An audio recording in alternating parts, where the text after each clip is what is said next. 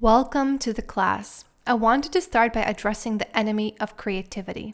It's important to address him before we start painting freely, because he will definitely try to stop us from having fun. Before I reveal his identity, let me tell you a story. Someone brought their daughter to a gathering. She was maybe 7 years old and was drawing with Crayola markers in a corner of the room.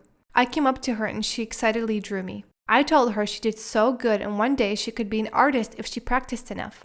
At this, she got very sad, put her head down and said, "I'm not good enough and I'll never be good enough. My daddy is much better than me." This broke my heart and I was so confused at how she could believe this at such a young age. I told her, "You are good enough and anyone better than you just had more practice than you." But she just shook her head and remained sad every time I tried to comfort her or give her words of encouragement. But as I got up to talk to the adults, I looked back at her and there she was, still drawing, and joy was back on her face. This story is a great illustration of the mindset that is put on us in our ego-driven society. We think if we're not the best at something, we shouldn't do it. We don't see the benefits of just having fun and expressing ourselves. All we care about are the end results, and we somehow identify our success with it as human beings. We compare ourselves to others like she did with her father, who's much older than her, so it makes little sense. We do this when we compare ourselves to more experienced artists. We somehow think other people have more talent and you have to be gifted to paint, when it's really just practice. This myth is drilled into us without us even realizing, as is shown by this very young creator's viewpoint. But notice that even though she already developed a negative inner critic that told her she'll never be good enough, she still spent time drawing. I think she drew around 2 hours at that party. The sadness only came when she let it voice its opinions and believed it. The joy naturally returned as soon as she went back to making art.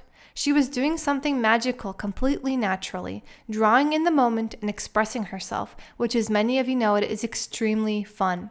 She was accessing the flow state with ease. It was worth it to her to draw even though she didn't think she could be good enough to be an artist. She did it just for the happiness she gets from it. This story illustrates some of the biggest enemies which come from the ego in our society. They are judgment, criticism, self-doubt, pessimism, and high expectations. All these traits come together to make our master villain. Can you guess who it is? That's right, the inner critic. Critique can be very good in growing as an artist, but most people's inner critic has turned dark. A good inner critic will tell you what you did bad without emotion. It is just making note on what you can work on and improve on next time. But it does not make you feel bad for any mistakes that you have done. It's more like a robot looking for ways to improve. Emotions are attached, but they're positive ones. But when looking at mistakes, it's only logic. A good inner critic will be happy when mistakes are made, because he will say, "Oh, I have this to learn and that to learn, I noticed this." And you give yourself a pat on the back for trying and putting practice time in. A good critic treats you like a good parent would, using positive reinforcement. A bad critic, on the other hand, makes you feel insecure. It can lead to such strong emotions if you make an ugly piece that it will be hard to try again. You might even get depressed. I rarely see good inner critics in our world, even with very successful artists. They somehow never feel good enough. There's even a name for this: imposter syndrome. Your art heroes probably feel like they're imposters. Isn't that ridiculous? The good news is we can retrain the bad critic into a good one. It's an easy method, but it requires persistence and mindfulness. Essentially, we're going to rebuild a bad thought habit. Every time you notice a bad thought about your work, you have to dismiss it. And then you replace it with what a good critic would say. Maybe something like, "Good thing I made that mistake because I learned something new." Or, "It's okay that it didn't turn out good. At least I tried and I can always try again, and I'm proud of myself for practicing." Think of your good critic as a kind and nurturing friend or creativity cheerleader. If you're not sure what to say, imagine that your work is actually being painted by a friend or your spouse or your daughter or son or a loved one or anyone other than you. And then say what you would say to them. I guarantee it would be much kinder than what you would think to yourself about your own work. We need to learn self-compassion and freely give it to ourselves without guilt, which can be challenging in our society, but it's much needed. You can also try reframing what your mistakes are in your mind. Instead of thinking of them as mistakes or problems, think of them as precious jewels because they are valuable learning tools. If you don't make mistakes, you don't grow or improve, period. If you're painting just for fun, so you don't really care about improvement because this is just a fun hobby and you're not going to share your work, you can just tell your inner critic to be quiet and that it doesn't matter because you're having fun expressing yourself. If you're painting just for fun, naturally it will be more quiet, but if it still makes itself known, anything bad the critic throws at you can be rebuked with this: I'm just having fun. Because the goal of our paintings will be for the process, not results. It'll be for the emotions you feel while painting, not what it will look like at the end. Over time, you will retrain how your brain thinks, and before you know it, you'll have a cheerleader cheering you on in your head, and this will hopefully carry over to other parts of your life. There are 3 more things you might deal with: fear, procrastination, and perfectionism.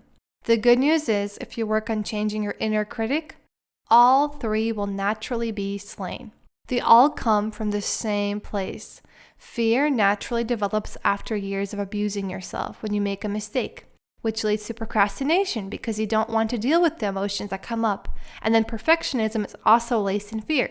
You might think that if it's not perfect, it's not good enough, so this feeds procrastination because it's so terrifying to make mistakes, so you don't even want to start.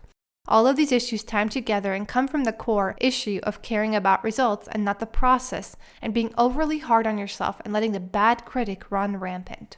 So as you can see, the cure is just to be kind to yourself and to love yourself and your art. It's that easy. But even though it sounds easy, it is harder than you think, because you have to break the bad habit of negative thinking, and that takes conscious effort and time.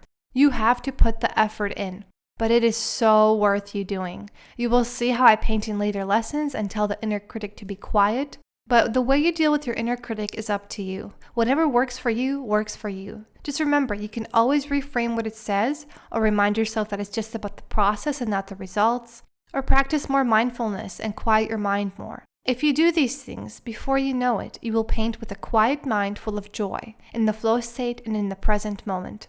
It is so worth it, my friends. Please give it a try and don't give up no matter what. Even if it takes you a month to get it or a year to get it, just try and try and try. But hopefully you get the hang of this in a few sessions. There are so many benefits to this. Most importantly is accessing the flow state. Let's learn more about the flow state and your inner child in the next lesson.